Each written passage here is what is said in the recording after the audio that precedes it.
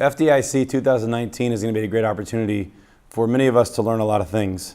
And amongst the topics that get discussed is mental health and firefighter emotional wellness. For me, in teaching this class, I want to focus on the positive. We hear a lot about what post-traumatic stress is, acute stress disorder, post-traumatic stress disorder, and many of the other ailments that come from the things that we see and the things we experience in the fire service. What we're going to talk about in this class is how to develop post-traumatic growth.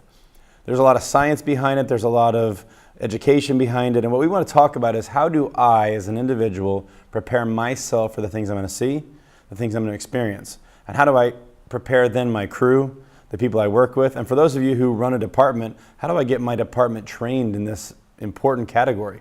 How do we make sure that the educational elements that need to take place don't get left behind? A lot of times we focus on all kinds of very, very important fire and EMS and rescue elements. And we train on these things, we make sure we're ready for them, and those are very, very important.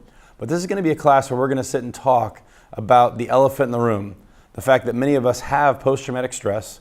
How do we avoid that?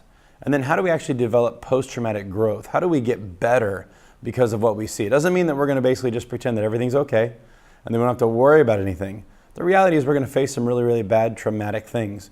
But how do we grow from them? How do we get better from them? How do we prepare for that? So we're going to talk about that. It's going to be very discussion oriented. We want you to be here and enjoy it. We look forward to seeing you in my class at FDIC 2019.